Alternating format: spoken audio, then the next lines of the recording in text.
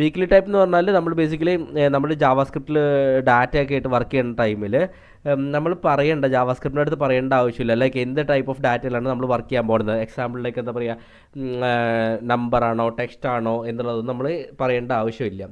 Okay, so നമ്മൾ പിന്നെ പറഞ്ഞു ഈ വേരിയബിളിൽ ബേസിക്കലി ഒരു സെറ്റ് ഓഫ് വാല്യൂ മാത്രമേ വേരിയബിൾ പറ്റുള്ളൂ, ലൈക്ക് ഇൻറ്റീജർ മാത്രമേ പറ്റുള്ളൂ, അല്ല സ്ട്രിങ് മാത്രമേ പറ്റുള്ളൂ എന്നൊന്നും ഇല്ല.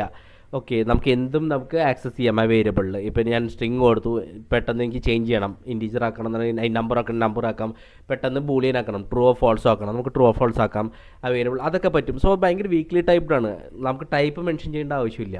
ഓക്കെ, സോ ജാവാസ്ക്രിപ്റ്റ് ഇതൊരു വീക്ക്ലി ടൈപ്ഡ് ആണ്.